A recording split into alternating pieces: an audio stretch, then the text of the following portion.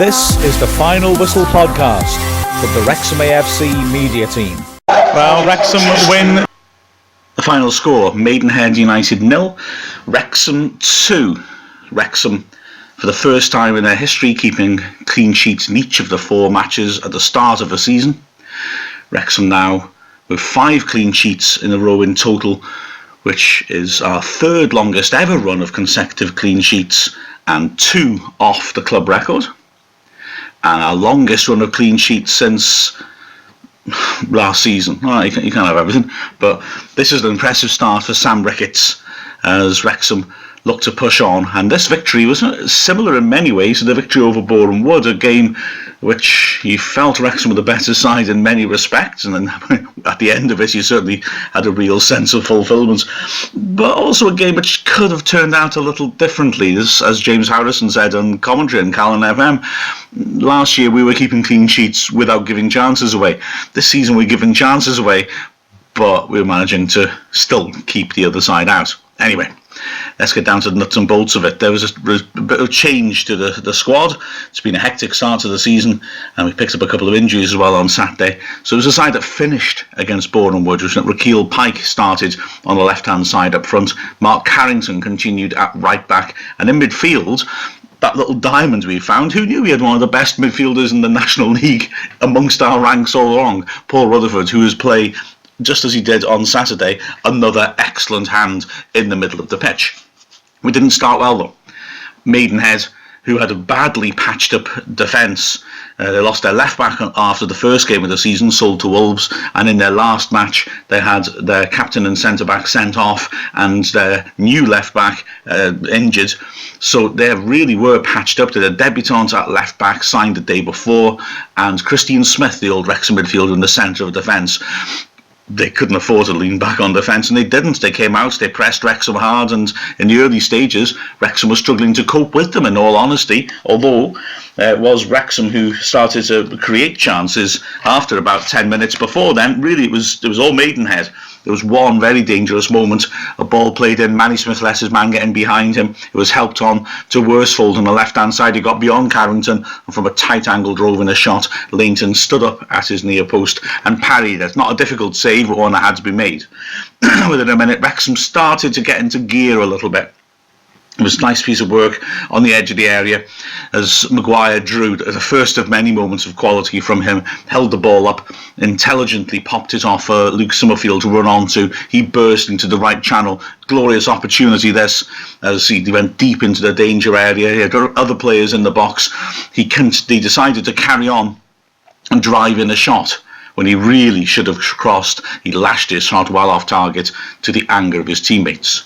But in the 14th minute, and it must be said, against run of play, Wrexham took the lead. Again, Maguire drew involved, but we should maybe try to give an assist to Rakeal Pike, even though he didn't touch the ball. Maguire drew from a position high up on the right-hand side, swinging across under the bar. The keeper, Carl Pentney, came for it. Pike challenged. It was keeper's ball. There was nothing really that Pike could do, but he did well. He got as close to Pentney as he could without fouling him, got tight, made it difficult for Pentney to take it, and as a result the keeper opted to punched badly into the ground, and Fondop was alert there 15 yards out. The punch went straight to him and he didn't mess about. Good striker's instincts, just drove it first time into the net. Pentney lay on his back. I wondered for a moment if he was trying to claim he'd been fouled. He wasn't. He was just upset with what he'd done. And Wrexham had the lead. And that then led to a spell of domination by Wrexham. Wrexham with a goal disallowed 10 minutes later. A high free kick into the box. Pearson rose and headed it powerfully home, but the whistle had gone. I think Manny Smith had judged to have been to pull off the foul. Can't wait to get the replay off Maidenhead and have a look at it though. It seemed like a Wrexham player was on the floor and maybe the Maidenhead player just tripped over it. But interesting to see exactly what happened. Anyway, 2 minutes later, Wrexham scored the goal of the season anyway, so it didn't really matter. This was a hell of a strike. Because Ed Maguire drew showed moments of quality. Ooh, this was one of them. Picking the ball up 25 yards out and with his left foot ripping it over and around the keeper and into the top left corner. An utterly magnificent strike. I've got to say, you know, sometimes when you're behind a shot or behind the goal and you can see it's going in, well, I was square with him And I could see it was going in the moment it left his foot. It was such a sweet, fine strike. It was a brilliant goal, and Wrexham took the lead, and Maidenhead caved in. And this was the point where really Wrexham could have rammed home their superiority and scored a hatful of goals. Certainly if a third goal had come now, I think we would have been looking at an absolute avalanche. The third goal didn't come though. A couple of minutes after Maguire-Drew's goal, he was at it again. Really nice play, 20 yards out, shielding the ball and holding it up cleverly until he allowed Akil Wright to take over, running onto it and smashing a shot which whistled past the top right corner. Then there was a nice piece of work by Carrington, breaking down the right-hand side, standing a super cross at the edge of the 6-yard box, and Mike Fondop should have made it 3-0. A bad miss, really, a free header, and he planted it wide of the near post. If that had gone in, I think that everything would have collapsed for Maidenhead, but it didn't. And to be fair to them, they pulled themselves together and threatened at the end of the half. It was nervous watching for the last 10 minutes of the first half, despite the fact that Wrexham in many ways looked massively superior as Maidenhead started to create chances. Firstly, maybe a controversial start of the move, long through ball. For my money, I thought Pearson was blocked off by Bird, who failed to challenge the ball, but blocked Pearson from challenging for it. It went over both their heads and fell in the end to Worsnop on the left-hand side. Worsfold, isn't it? Worsfold, beg your pardon. He whipped in a really powerful, driven cross of the far post with pace. Clifton, arriving at the far post at full stretch and leaning to his right, managed to arc his head around it and make contact, and the ball rattled against the bar and bounced away to safety. He was close in. It was a heck of a chance, but I think it was difficult for Henry to control his head. It was whistling across him with such pace. And then the last minute of the half as well, a moment of danger. Odomati swinging in across, and from 15 yards out, the big target man, Ryan Bird, getting up and planting a looping header which went just over the bar. The Maidenhead fans around me were about to start celebrating when they realised that it had just dropped the wrong side of the net. The second half, well, again, Wrexham looking threatening, looking dangerous, but Maidenhead again showing spirit, pushing forwards and creating opportunities.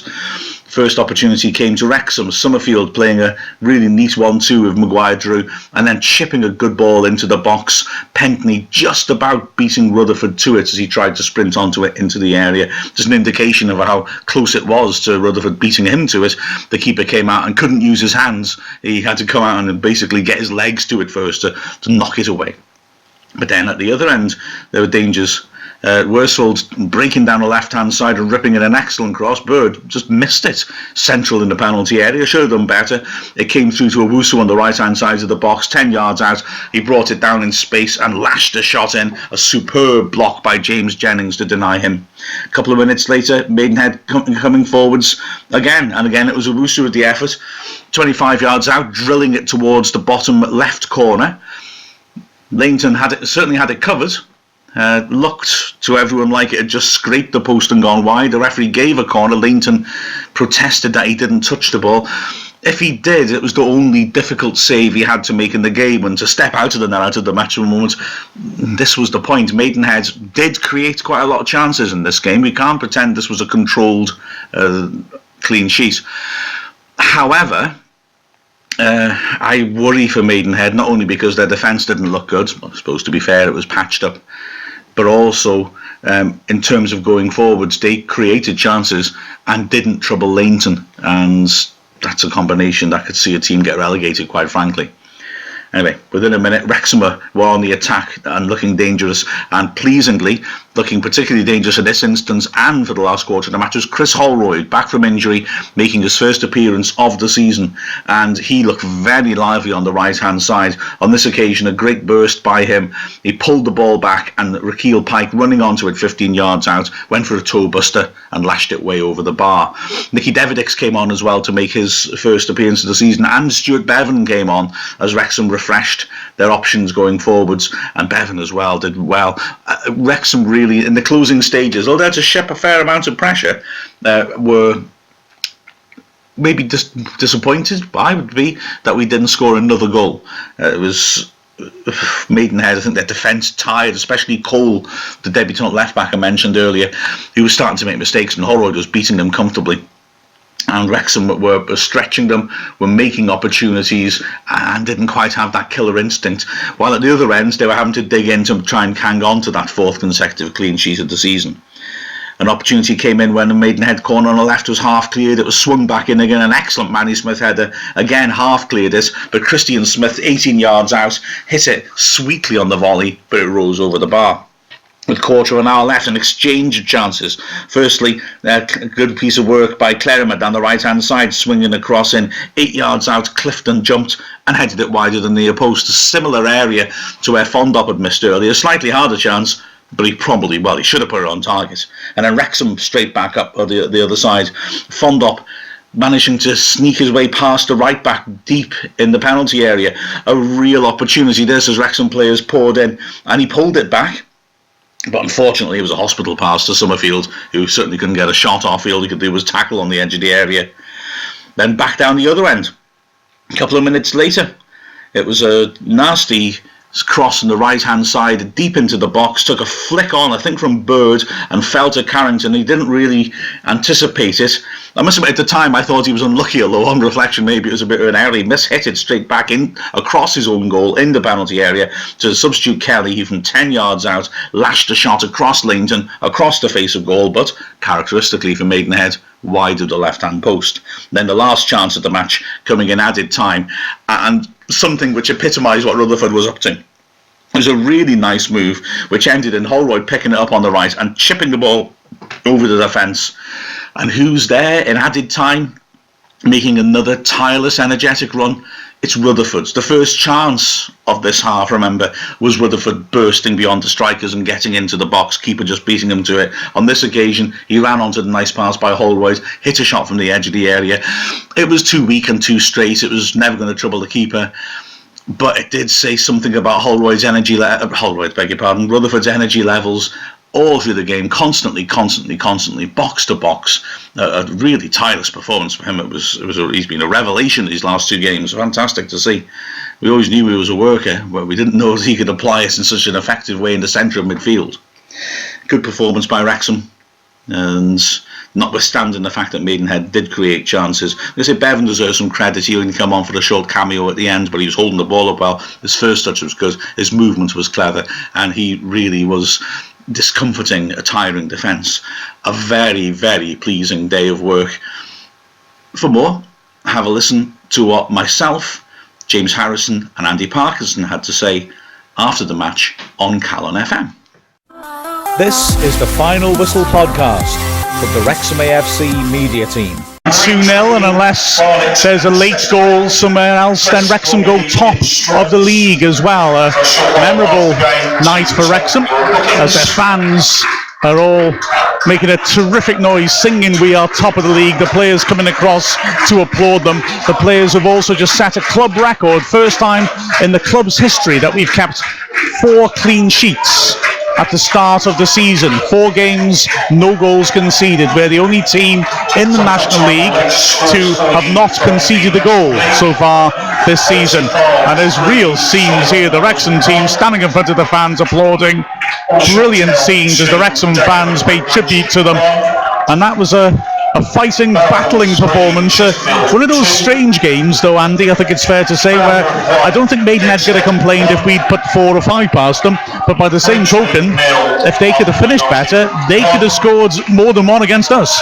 Yeah, if it was 2-2 today, I wouldn't be surprised in some ways. They had the chances, and I've probably said it too many times. I was a bit cross with Manny Smith when he went up. When we were 2-0 up, he left a big hole, and fair play to Bird, that's where he went and that's where he created the chance.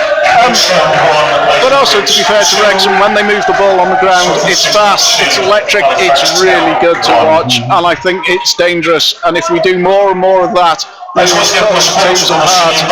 And we saw it a bit at Boreham Wood. We've seen it again tonight. I really hope to see some more of this.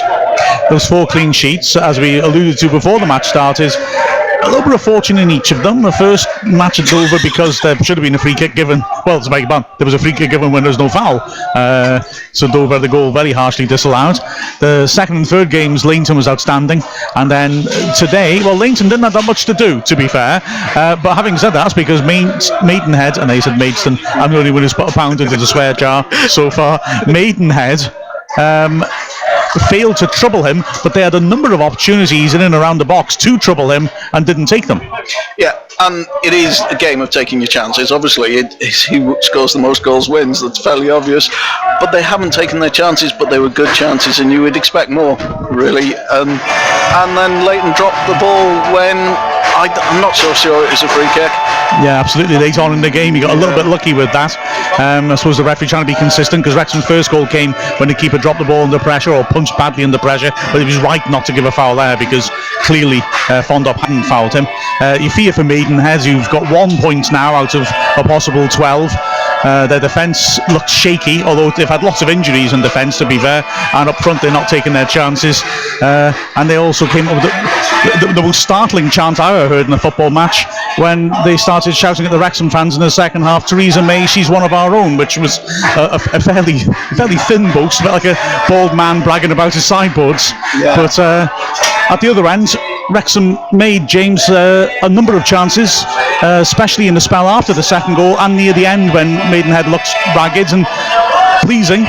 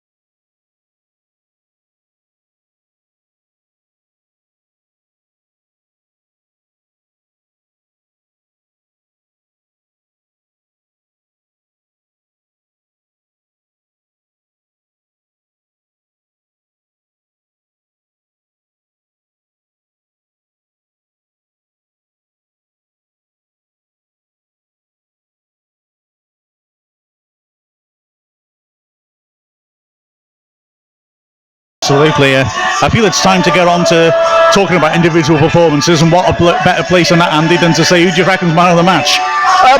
It's quite difficult tonight, actually. I thought the midfield three had a really good game. I thought Rutherford, Wright and Summerfield, I could go for one of them, but I pay money.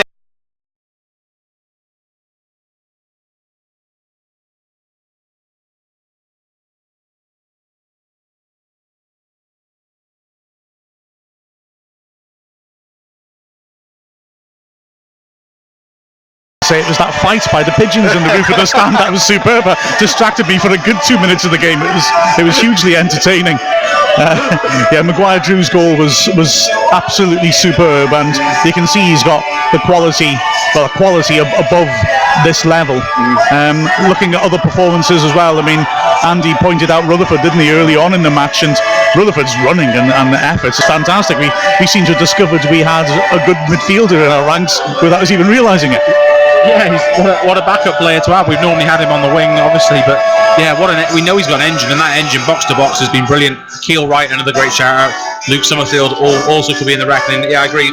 You pay your money and you want to see that special moment, and Wrexham have missed that for a few seasons, and great goal and deserve it so. But I think that midfield generally has been a really good, solid foundation for what we can achieve this season. Fondop was Fondop.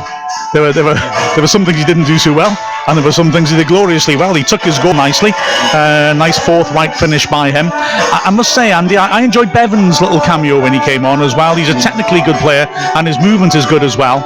And he held the ball up very well. His first touch sometimes was excellent. His movement was good. And Holroyd as well, his first action of the season, he was a sparky presence on the right-hand side, caused problems for Cole, who maybe was tiring by then as well. It was good to see us have players we can bring off the bench who can make a difference. Yeah, I was starting to think, could have that substitution been made a bit earlier? I think that might have caused them more problems, but Maidenhead's defence just couldn't really cope with Bevan when he came on, and it was just different because I suppose Christian Smith was used to dealing with Fondant, and it was just a really good change. Absolutely. Maguire-Drew came off, of course. He tired in the game against Fylde as well, and had to be withdrawn as well. And there's just elements of that which make you think, James, in players like him and Bevan who aren't yet, I think, maybe fully 90 minutes fit, just makes you think there's more to come from this squad. Yeah, there is, and we've not even seen Freddie Hines yet. And there's another player, Akil Pike, pushed for his start, got it today, did well in the first half, and then Bevan comes on and just shows that composure. Him and Holroyd both have, perhaps not natural wide players in a 3, more like to be central or in a 2, but you can just see the composure they've got on the ball. And when you need to kill minutes and just be perhaps a bit more precise than we can be with the likes of Fondop on the pitch, then they proved their value there straight away. They linked up well together on the opposite flanks, and we're always looking for players around them. So yeah, it's a great squad, and when they've got, once we've got full squad, they're all 90-minute fit. I don't fancy Sam's choices, because it's going to be a tough conversation to who you leave out. Yeah, he's talked already this week about possibly rotating them, and he's got a good squad together which has got momentum and confidence going as well. So good stuff. Not a bad position to be in. Top of the league's not bad either. No, I'll take that. Yeah, I think it's not too bad, is it? Very pleasing evening's work for Wrexham. We'll hand back to the studio with the final score of Maidenhead United 0, Wrexham 2. This is the Final Whistle podcast from the Wrexham AFC media team.